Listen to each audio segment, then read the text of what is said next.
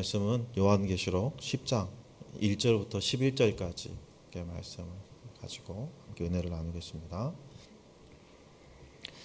또 나는 힘센 다른 천사 하나가 구름에 쌓여서 하늘에서 내려온 것을 보았습니다. 그의 머리에는 무지개가 둘러있고 그 얼굴은 해와 같고 발은 불기둥과 같았습니다. 그는 손에 작은 두루마리 하나를 펴서 들고 있었습니다. 그는 오른발로는 바다를 디디고 왼발로는 땅을 디디고 서서 마치 사자가 울부짖듯이 큰 소리로 부르짖었습니다. 그가 부르짖으니 일곱 천둥이 각각 제 소리를 내면서 말하였습니다. 그 일곱 천둥이 말을 다 하였을 때에 나는 그것을 기록하려고 하였습니다. 그때에 나는 하늘로부터 나오는 음성을 들었는데 그 일곱 천둥이 말한 것을 임봉하여라, 그것을 기록하지 말아라 하였습니다. 그리고 내가 본 그 천사 곧 바다와 땅을 디디고 서 있는 그 천사가 오른손을 하늘로 쳐들고 하늘과 그 안에 있는 것들과 땅과 그 안에 있는 것들과 바다와 그 안에 있는 것들을 창조하시고 영원 무궁하도록 살아계시는 분을 두고 이렇게 맹세하였습니다. 때가 얼마 남지 않았다. 일곱째 천사가 불려고 하는 나팔 소리가 나는 날에는 하나님께서 하나님의 종 예언자들에게 전하여 주신 대로 하나님의 비밀이 이루어질 것이다. 하늘로부터 들려온 그 음성이 다시 내게 말하였습니다. 너는 가서 바다와 땅을 밟고 서 있는 그 천사의 손에 펴 있는 작은 두루마리를 받아라. 그래서 내가 그 천사에게로 가서 그 작은 두루마리를 달라고 하니 그는 나에게 말하기를 이것을 받아 먹으라. 이것은 너의 배에는 쓰겠지만 너의 입에는 꿀같이 달 것이다 하였습니다. 나는 그 천사의 손에서 그 작은 두루마리를 받아서 삼켰습니다. 그것이 내 입에는 꿀같이 달았으나 먹고 나니 뱃속은 쓰라렸습니다. 그때 너는 여러 백성과 민족과 언어와 왕들에 관하여 다시 예언을 하여야 한다 하는 음성이 내게 들려왔습니다. 아멘. 인생 살다 보면 달콤한 날도 있고 쓰디쓴 날도 있죠. 여러분은 이득한 인생 살아오면서 여러분에게 가장 달콤한 날은 언제였습니까? 곰곰이 한번 생각해 보시면 내가 바라고 원하던 대학에 진학하거나 내가 원하던 직장에 꿈에 그리던 직장에 취직했거나 아니면 사랑하는 사람과 함께 있는 그 시간, 이 달콤한 시간이었을 수 있죠. 그 시간을 지금 이 시간에서도 돌이켜보면 그때만 생각하면 마음이 흐뭇해지고 따뜻해지고 행복한 그런 마음이 들 때가 있죠.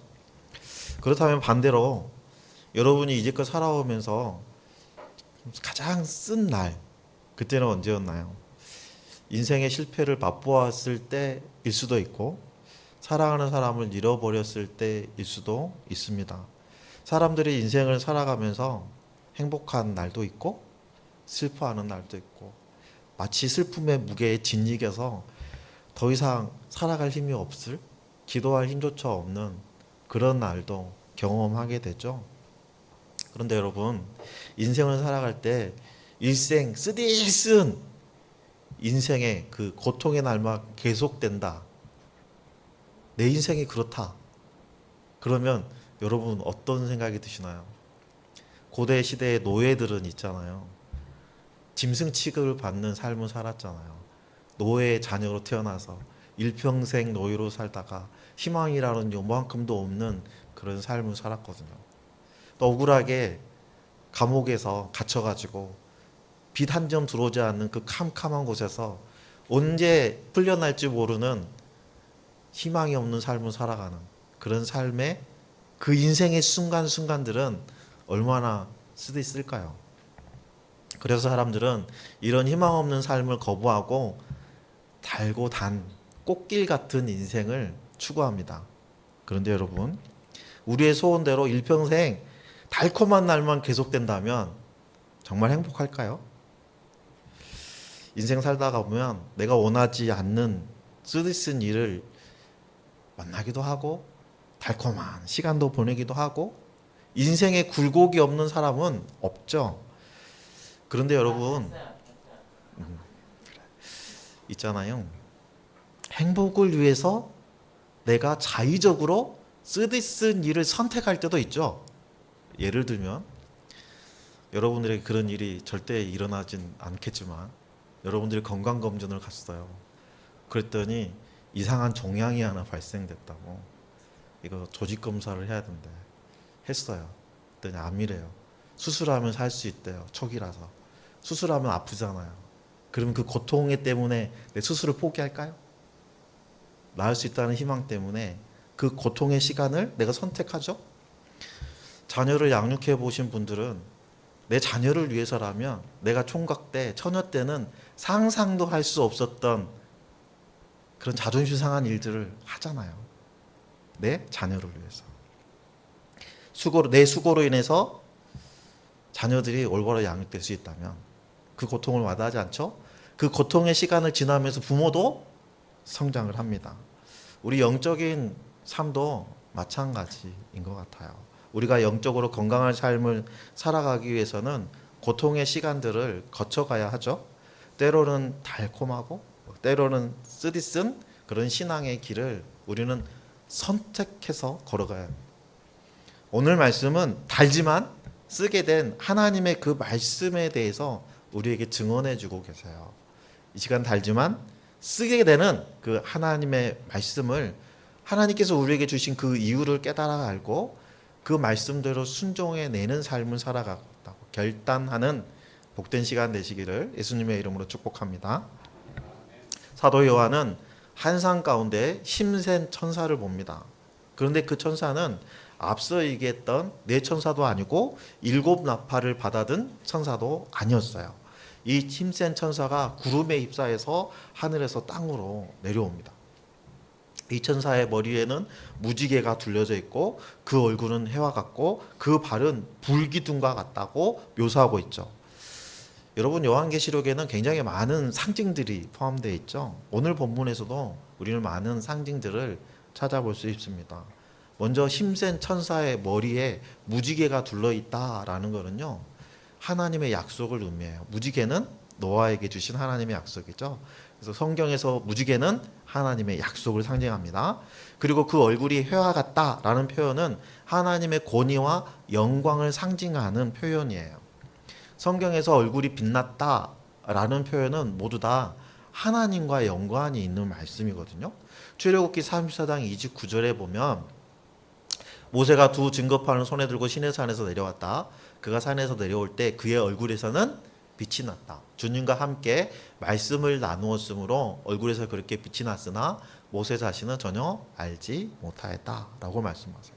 40일 동안 시내산 정상에서 하나님과 친밀한 교제를 나누고 내려온 모세의 얼굴이 하나님께 받았 그 영광의 빛에 침착되어서 빛이 났다는 거예요.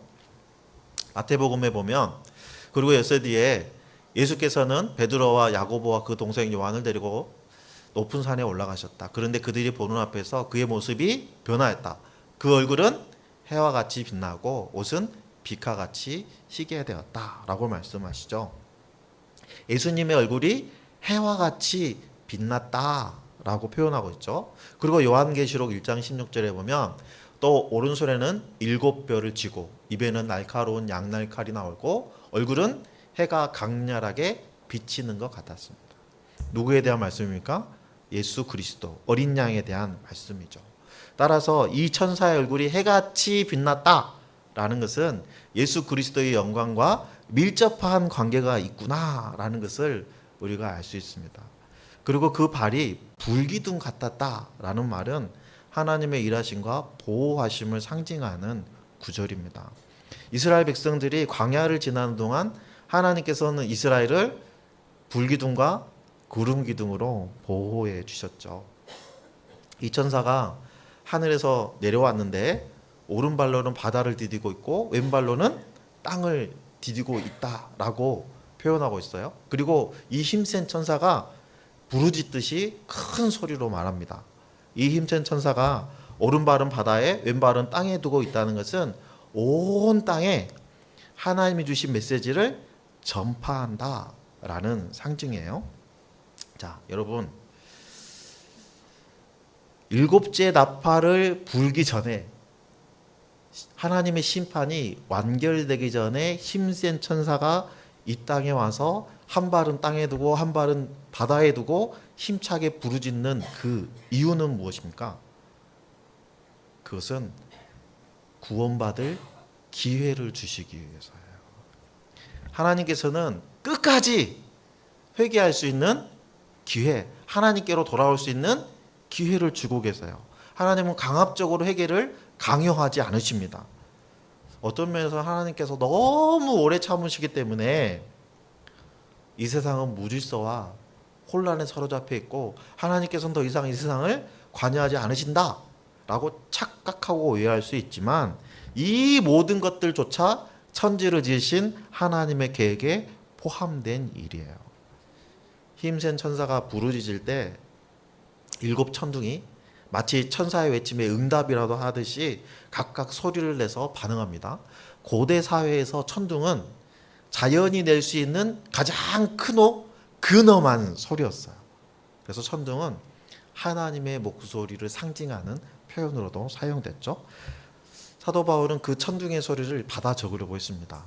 그런데 하나님께서는 이 일곱 천둥의 소리를 기록하지 말라고 하세요. 여러분, 사도 요한이 지금 하나님께 받은 사명은 하나님이 주신 그 말씀을 듣고 기록하여서 백성들에게 전달하는 사명을 가지고 있어요. 그런데 왜 하나님께서는 기록하지 말라고 하셨을까요? 그 이유를 두 가지만 살펴보면, 첫 번째, 하나님께서 기록하지 말라고 하신 것은 이미 기록되어진 말씀만으로도 하나님의 뜻을 전하기에 충분했기 때문이에요. 누가복음 16장에 보면 부자와 거지 나사로의 비유가 나오죠. 부자와 나사로, 거지 나사로가 모두 다 죽었어요. 그래서 다 하늘로 들림을 받았는데, 부자는 지옥에서, 거지는 아브라함 품에 있는 거예요. 부자가 지옥의 그 뜨거운 불 속에서 타는 목마름으로 하늘을 보니까 거지 나사로가 아브라함 품에 안겨 있는 거죠. 그래서 아브라함의 간청에서 말하기를, 나사로를 우리 다섯 형제에 있는 곳으로 보내줘서 그들에게 전하여서 믿고 이곳에 오지 않게 해달라고 간구합니다. 그때 아브라함이 뭐라고 합니까? 그들에게는 이미 모세와 같은 선지자들이 있으며 그들에게 듣고 회개할지니라. 단호하게 거부합니다. 그들이 믿지 않기로 선택한 사람이기 때문에 나사로가 살아서 되돌아간다 할지라도 나사로의 말은 듣지 않을 거예요. 만약에 하나님을 경외하고 믿기로 작정한 사람들이라면 마치 니느웨 사람들이 요나의 그 성의 없는 심판 신탁에도 제위에 앉아서 회개하고 부르짖던 것처럼 회개의 길을 선택하게 될 것입니다. 하나님께서 기록하지 말라고 하신 두 번째 이유는 말씀이 지체하지 않고 곧바로 실행될 것이기 때문이에요. 6절을 다시 보면, 영원 무궁토록 살아계시는 분을 두고 이렇게 맹세하였는데 때가 얼마 남지 않았다. 이렇게 말씀하죠.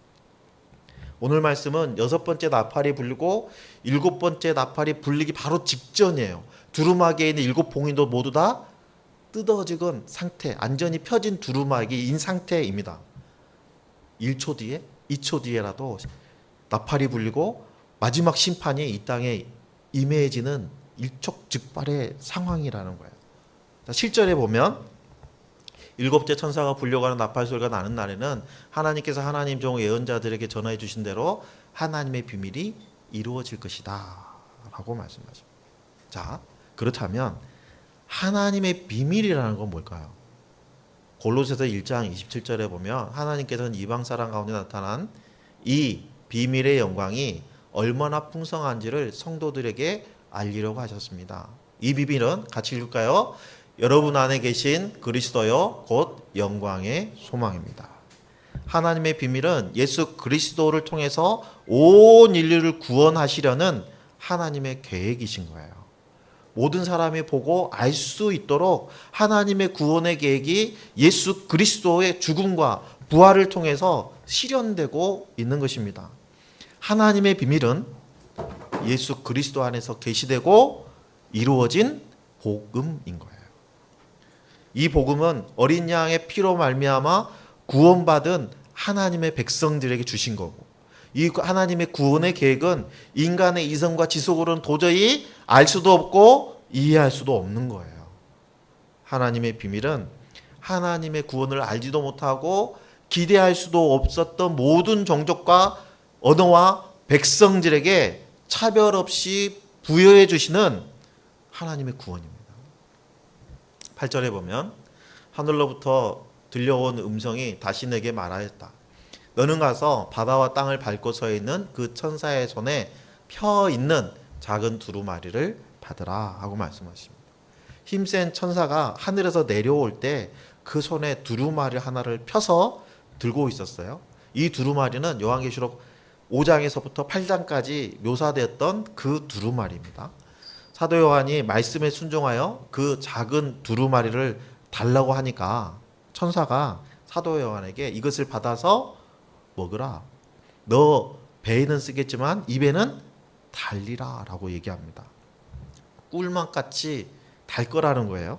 처음 사도 요한은 보좌에 앉아 계시는 전능하신 이의 오른손에 7봉인 된 두루마리를 봤죠. 그리고 그 두루마리가 어린 양에게 넘겨지는 것을 확인했습니다. 그리고 어린 양은 그 7봉인에 띄어진 두루마리를 하나씩 봉인을 떼어냈고 그때마다 이 땅에 심판이 임해졌어요. 7봉인이 다 떼어진 상태로 그 두루마리가 지금은 사도 요한에게 와 있습니다.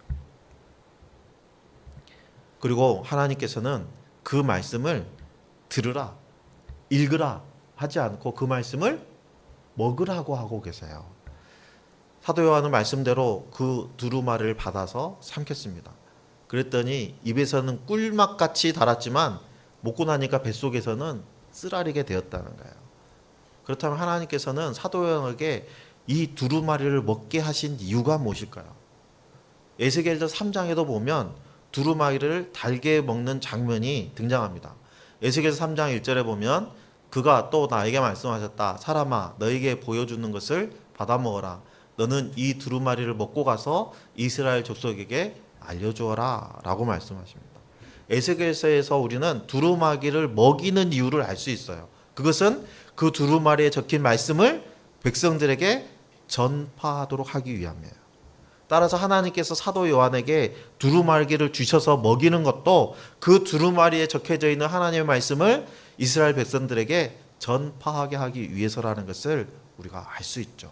그런데 그 말씀이 사도 요한의 입에는 달고 속에는 쓰게 되었다라고 말씀하시죠. 여러분, 몸에 좋은 약은 입에 쓰죠. 맞아요. 듣기 좋은 소리는 달고 듣기 싫은 소리는 귀에 쓰게 들리는 법이에요. 말씀이 쓰게 들린다는 것을 통해서 그 말씀이 이스라엘 백성들의 영혼이 죽고 사는 문제와 연관이 있다라는 것을 우리가 알 수 있죠. 오늘 본문에서 쓴 맛은 하나님의 심판과 경고의 메시지를 상징합니다. 달고 쓰다는 것은 하나님의 비밀이 담겨 있다는 거예요. 즉 구원을 위한 복음과 복음을 거부한 사람들을 향한 심판의 말씀이 기록되어 있다는 것이죠. 그래서 달지만 씁니다. 11절 말씀해 보니까 그때 너는 여러 백성과 민족과 언어와 왕들에 관하여 다시 예언을 하여야 한다 하는 음성이 내게 들려왔습니다 라고 말씀하시죠. 두루마기를 삼킨 사도 요한이 해야 되는 사명은 말씀을 예언하는 거예요. 여기서 우리는 예언이라는 말을 오해하지 말아야 돼요. 예언은 하나님의 능력으로 장차 도래하지 않은 미래의 일을 사람들에게 알려주는 게 아니에요. 성경이 말하는 예언은 하나님의 말씀을 백성들에게 전하는 것, 이것을 예언이라고 합니다. 따라서 하나님의 말씀을 받은 사람은 하나님의 말씀을 대언하는 예언하는 자로서 그 말씀을 세상에 전해야 될 책임이 있는 거예요. 오늘 본문에서 하나님의 영광과 권위를 덧입은 힘센 천사가 받은 그 두루마리를 사도 요한에게 주어서 받아먹게 했어요. 두루마리를 받아먹게 하신 이유는 하나님의 비밀이 담긴 그 말씀을 세상에 전하기 위해서라는 것을 우리가 살펴봤죠. 여러분, 하나님의 사람은 하나님의 말씀을 받아 먹고 살아가는 사람이에요.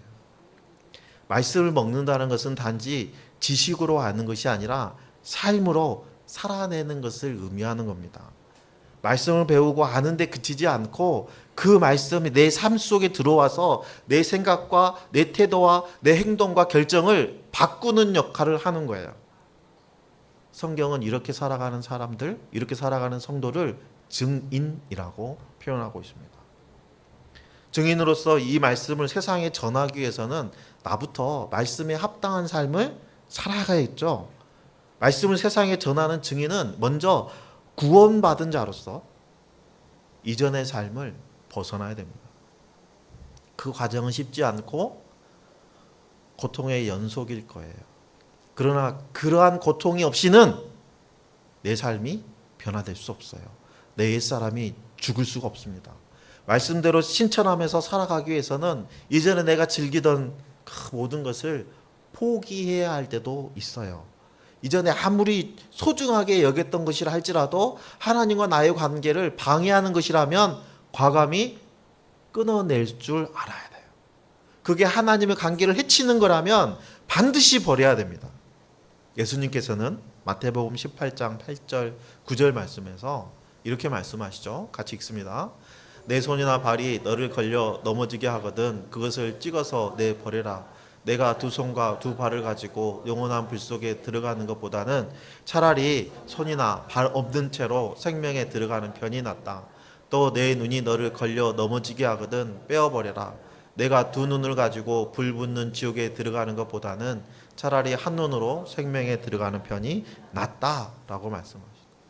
여러분, 말씀대로 살기 위해서는 내 손과 내 발과 내 눈을 빼어버리는 그런 고통을 감내해야 한다는 거예요. 말씀이 내 속에 쓰게 되는 이유는 말씀대로 살아가기 위해서는 고난을 감수해야 되기 때문입니다. 말씀을 처음 받으면 마음에 감동이 와요. 그때는 그 말씀은 내 입에 달기 단 말씀 같지만 그 말씀대로 내가 살아가려고 애쓰다 보면 그 말씀이 내 가슴속 깊이 들어올 때 되면 쓰디쓰게 느껴지는 거예요. 말씀을 잘 듣고 묵상하는 것은 쉽지 않죠. 하지만 그 말씀대로 살아내는 것은 더 쉽지 않습니다.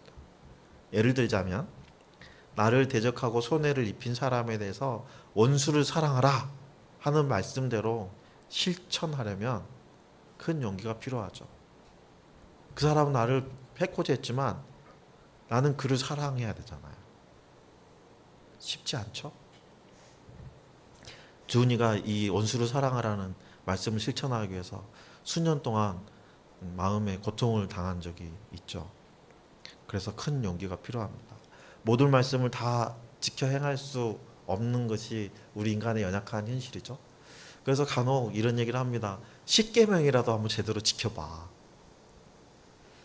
제가 해보니까요. 10계명도 제대로 지키기 어렵더군요. 1계명부터 4계명까지는 차지하더라도 내 부모를 공경하라 하는 말씀부터가 쉽지 않았습니다. 자신이 없어졌어요.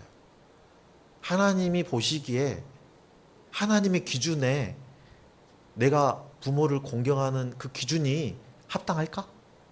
했을 때 자신이 없어지더라고요. 살인하지 말라, 간음하지 말라, 거짓 증거하지 말라, 이웃의 소유를 탐하지 말라. 이 나머지 계명들도요. 좀 더 디테일하게 살펴보면요. 나의 민낯을 여실히 확인하게 됩니다. 성경에는 남을 험담하지 말라고 하죠. 관련된 구절이 29절이 넘어요. 성도들이 세상에 본이 되지 않게 행동하는 것은 결국은 여호와 하나님의 이름을 망령되게 하는 거예요. 주일 성수를 하지 않는 것은 안식일을 지켜 거룩하게 하라는 것을 그 말씀을 거역하는 거예요. 11조를 드리지 않는 것은 하나님의 것을 도둑질하는 거예요. 말씀대로 완벽하게 순종하는 것 절대 쉽지 않습니다. 이렇게 어려워요. 제이콥스라는 사람이 미친 척하고 성경 말씀대로 살아본 1년이라는 책을 폈어요. 2007년에 상권이 나왔고 그 뒤에 좀 있다가 학원, 상하권으로 번역되는데요. 이 책에는 1년 동안 성경에 있는 700여 가지의 규율과 그 말씀대로 내 실제로 삶에서 철저하게 지켜보겠다 하는 몸부림에 대한 내용들, 그 에피소드들이 기록되어 있어요. 이 책에서 저는 인상적으로 읽었던 부분 중에 하나가 제이코스가 기도에 대해서 정의를 한 건데요. 기도는 아주 유익하다. 음식이라는 게 우리 집 냉장고에서 갑자기 펑 하고 생겨나는 것이 아니라는 사실을 나에게 상기시켜준다. 나로 하여금 세상과 보다 많이 연결된 느낌을 준다. 세상에 보다 감사를 많이 하게 된다. 기도를 통해서. 나름대로 제이콥스는 기도에 대한 개념을 정립을 하고요. ACTC라는 4가지 기도의 원칙들도 소개를 하죠. 제이콥스는 기도하면서 말씀대로 살려고 이런저런 시도를 했습니다. 예를 하나 들면 제이콥스는 레위기 19장 10절에 포도를 딸 때는 모도지 따서는 안 된다. 밭에 떨어진 포도도 주워서는 안 된다. 가난한 사람들과 나그네인 신세인 외국인들에게 줍도록 그것을 내버려 두어야 된다라는 말씀이 마음에 들어와서 그 말씀을 지키기 위해서 제이콥스는요, 현금 인출기에 가서 현금을 쭉 출력해 가지고 그 중에 일부를 현금 인출기에다가 놓고 오기도 하고, 괜히 그 동전을 그냥 주기는 미안하니까 동전을 들고 있다가 사람과 툭 부딪히면서 동전을 바닥에 쏟는 그런 걸 통해서 자기 가진 것을 뭔가 이렇게 나누려고 몸부림을 쳤던 부분도 있습니다. 그런 식으로 1년이 지났어요. 그리고 자기 스스로를 평가하기를 나는 이전보다 좀 더 경건해진 카페테리아 크리스천이다 라고 표현했어요. 이 카페테리아 크리스천이라는 말은요, 우리말로 표현하면 구내식당 성도 정도 되는 거예요.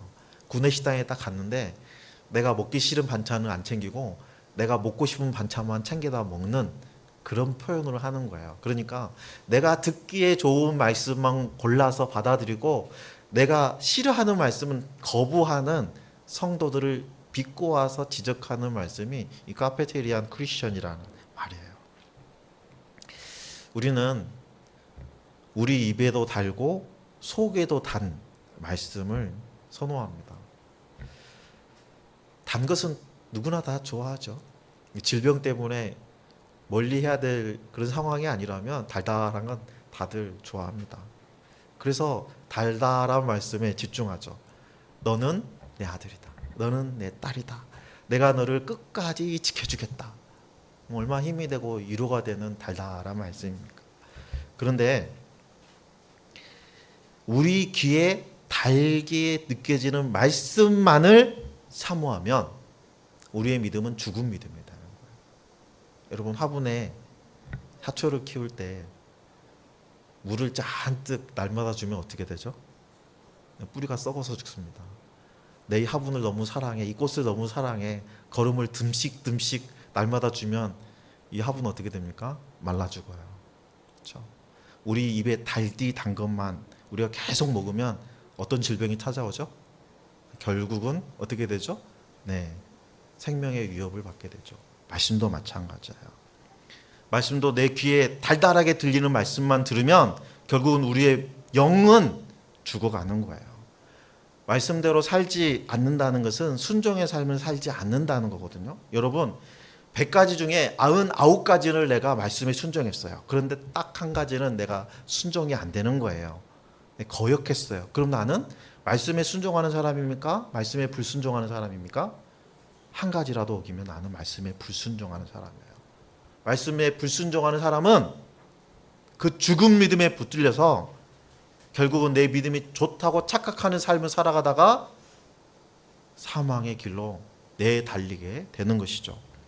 말씀 속에서 쓰게 되는 또 다른 이유는 사람들을 회개로 이끄는 채찍의 말씀이기 때문에 우리 귀에 쓰게 들리는 거예요. 여러분, 말씀은 쓰라린 부분이 반드시 있어야 돼요. 사람들은 고난을 통해서 회개의 기회를 누리게 되죠. 고난 중에 있는 사람은 회개의 자리로 이끌어가는 것은 달디단 말씀이 아니라 쓰듯 말씀이에요. 뱃속에서 쓰게 된 그 말씀이 참된 구원의 길로 우리를 이끌어갑니다. 그래서 입에는 달지만 뱃속에서 쓴 것이에요.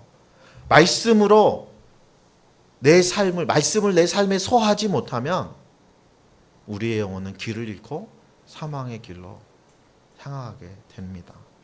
말씀을 속에서 쓰게 되는 이유는 하나님의 말씀대로 살면 복이 있지만 하나님의 말씀을 거역하고 외면하면 심판이 따른다는 경고가 있기 때문이에요.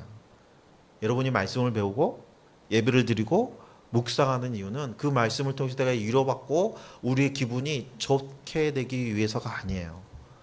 그 말씀을 살아내고 다른 사람에게 그 말씀을 전하고 세상 속에서 우리가 빛으로 살아가기 위해서 날마다 말씀을 묵상하고 말씀을 배우고 그 약속의 말씀에 따라서 예배드리고 결단하는 거죠. 사람들의 인기와 세상의 성공만을 쫓아가면 말씀은 나와 점점점 더 멀어지게 되고 하나님의 뜻대로 살라 하는 이 말씀을 따르다 보면 이 제이콥스처럼 세상에서 외톨이가 될 수 있어요. 그럴 때 용기를 주는 말씀, 우리 귀에 달달한 그 말씀이 우리에게 힘을 주고 우리에게 위로를 주죠. 그래서 다시 힘을 얻을 수 있어요. 그래서 우리에게는 달리단 말씀도 필요하고 쓰디쓴 말씀도 필요한 거예요. 둘 다 필요해요. 예수님은 제자들에게 이렇게 말씀하셨어요. 마태복음 5장 14절에 보면 이렇게 말씀하시죠. 너희는 세상의 빛이다. 산 위에 세운 마을은 숨길 수가 없다. 이렇게 말씀합니다. 성도들의 삶은 세상에 빛을 비춰주는 삶이어야 합니다. 성도들이 빛을 내기 위해서는 마치 양초가 자신의 몸을 태워서 빛을 내는 것처럼 희생과 헌신이 필요해요. 여러분, 희생과 헌신은 분명 쓴맛입니다. 하지만 그 쓴맛을 통해서 우리는 세상에 줄 수 없는 기쁨을 누리게 되는 거예요. 세상의 그 어떤 것과 비교할 수 없는 기쁨을 이 쓴 말씀을 통해서 우리는 얻게 되고 경험하게 되는 것입니다. 세상의 빛과 소금으로 살아가는 성도는 하나님께서 인정하시고 하늘의 별과 같이 빛나게 해주시겠다고 약속해 주셨어요. 그렇다면 여러분은 세상의 빛이 되라는 그 하나님의 말씀을 마음에 담고 살아가고 있습니까? 하나님의 말씀이 여러분의 일상과 생각과 태도와 여러분의 언행에 어떤 영향을 주고 있습니까? 여러분 말씀대로 살려다 보니까 힘들었던 적은 없으셨나요? 힘들었기 때문에 말씀을 멀리하고 있지는 않습니까? 하나님의 말씀은 우리에게 단순히 위로로만 주는 말씀이 아니에요. 말씀은 우리의 삶을 바꾸는 하나님의 능력이고 진리입니다. 여러분이 그 말씀을 먹고 그것을 우리 삶에서 살아낼 때 하나님께서는 여러분을 통해서 일하세요. 여러분은 세상의 가운데 하나님의 뜻을 전하는 작은 선지자로 세워두십니다. 사도 요한은 주 95년경까지 살면서 하나님의 말씀을 전하는 삶을 살았고 교회도 개척했습니다. 우리도 말씀을 받고 온 힘을 다해서 말씀대로 순종하는 삶을 살아가야 돼요. 여러분, 말씀은 가만히 두면 그냥 글자일 뿐이에요. 우리가 가진 성경 가만히 두면 장식품에 지나지 않습니다. 북엔드 정도밖에 안 돼요. 차에다가 또는 교회 가방 동안 담아서 한 주일 동안 쫙 방치했다가 교회 예배 올 때 먼지 툭툭 털어가지고 가지고 오는 그 성경은 우리의 삶에 아무런 영향을 주지 않습니다. 어떤 힘도 발휘하지 않아요. 우리가 하나님의 말씀을 먹고 소화하고 어떤 아픔 속에서도 그 말씀에 순종하고 나아갈 때 말씀은 우리 안에서 살아있는 말씀이 되고 그 말씀이 우리 안에서 하나님의 권능으로 일하게 되는 것입니다. 우리는 하나님의 도장을 받은 자예요. 하나님께 인침을 받은 자들입니다. 이 땅에서 예수 그리스도의 증인으로서 그 사명을 감당하고 살아야 돼요. 따라서 하나님의 말씀을 먹고 마시는 자가 되어야 됩니다. 말씀이 우리 입에는 달지만 속에서 쓰는 이유가 우리 삶의 변화를 요구하기 때문이고 쓰디쓴 말씀을 주시는 이유가 하나님의 비밀인 복음을 전달하기 위함이라는 것을 우리가 기억하고 저와 여러분 모두가 하나님의 말씀의 증인으로서 말씀을 전하여서 우리 삶 속에서 역사하시는 하나님을 경험하는 귀한 복을 누리시는 저와 여러분들 다 되시기를 예수님의 이름으로 축원합니다.